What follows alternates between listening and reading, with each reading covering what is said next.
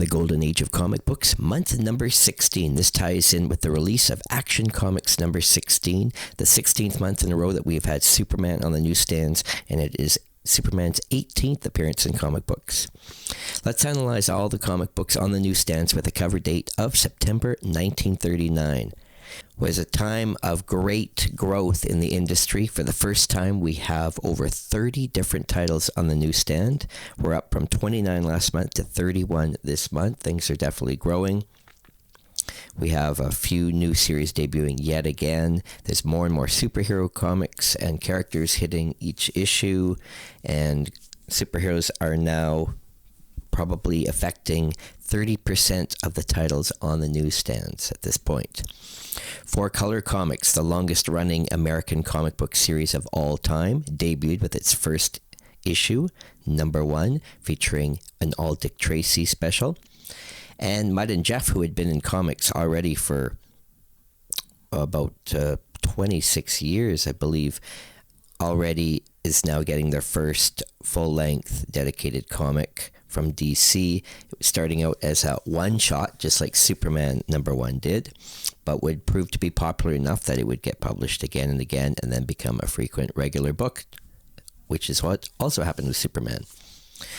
So let's analyze the chart, see what else we find. The other series debuting this week, or this month, was Amazing Man Comics. Number 5 is the first issue. This is a very big key issue, very valuable, historic, lots of great big content in this book. So let's go through the list here a little bit, see a few things we notice.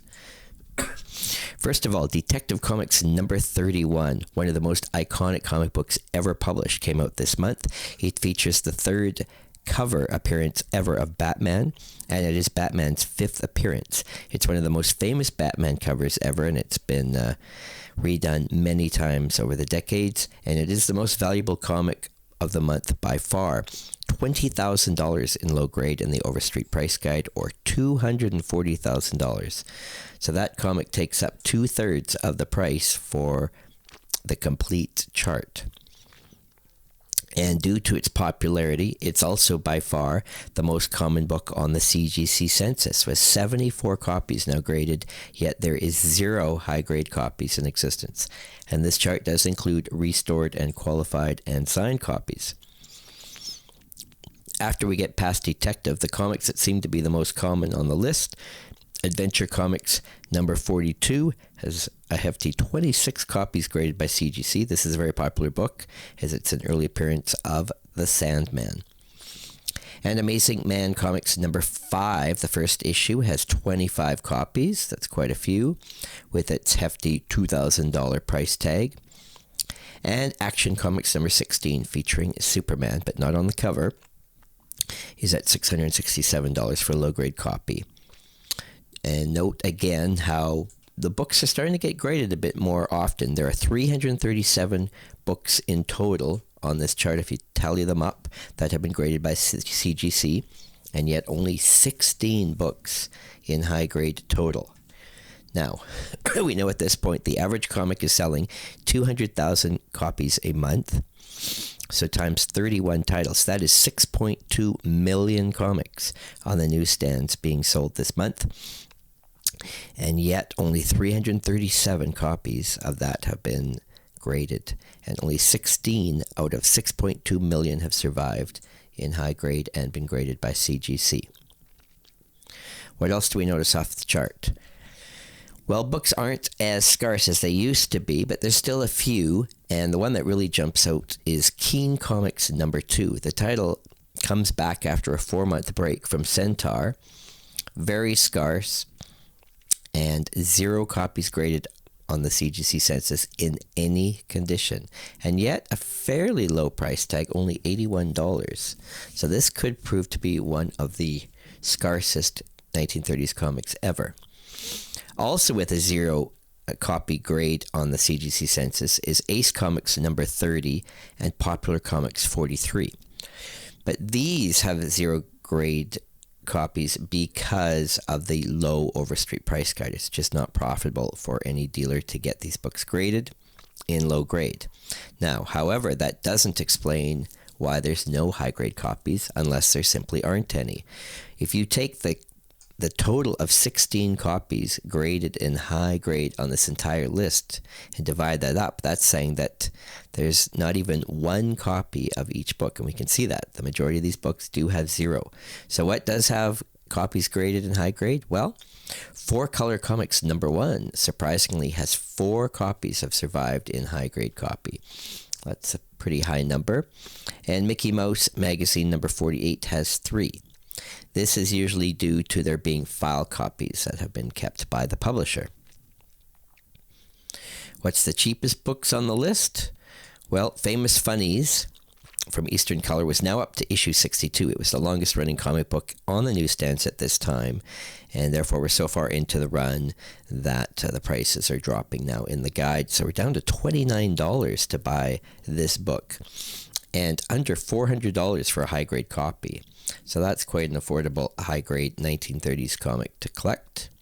There are other titles that are fairly cheap, and that's because, again, they're also further into their runs and probably would not have superheroes in them, such as King Comics 41 is quite cheap, Ace Comics 30, Super Comics 16, Crackerjack Funnies 15, and Single Series #10 featuring Little Mary Mix-Up.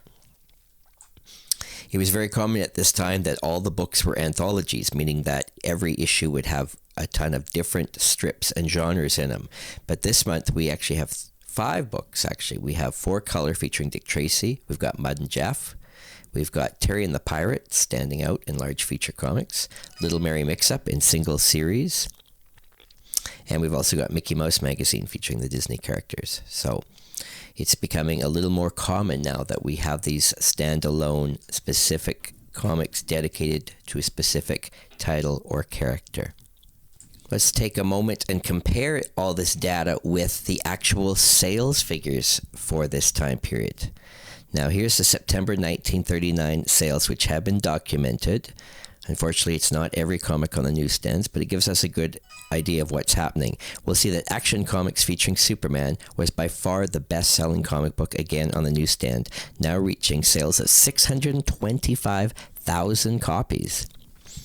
But after that, you may be surprised to see that the second best-selling comic on the newsstands was Tip Top Comics at a nice 441,000 copies, followed by Famous Funnies, also over 400,000 copies. After that, Feature Comic is still very strong at 387.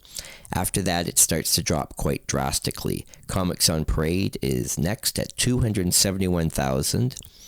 And then after that, every other title drops down to approximately 200,000. So even the early Batman issues in Detective Comics, you'll see, would average out to roughly 200 to 250,000 copies. That's also the same case for all the comics from Dell Comics, if you divide them up. Also the titles from Fox Comics and the titles from Western Comics. Unfortunately, there is no documented data ever for Centaur publication sales, so we can't compare them. I personally believe they're probably on the low end, since those books seem to be so scarce, but that's not a guarantee.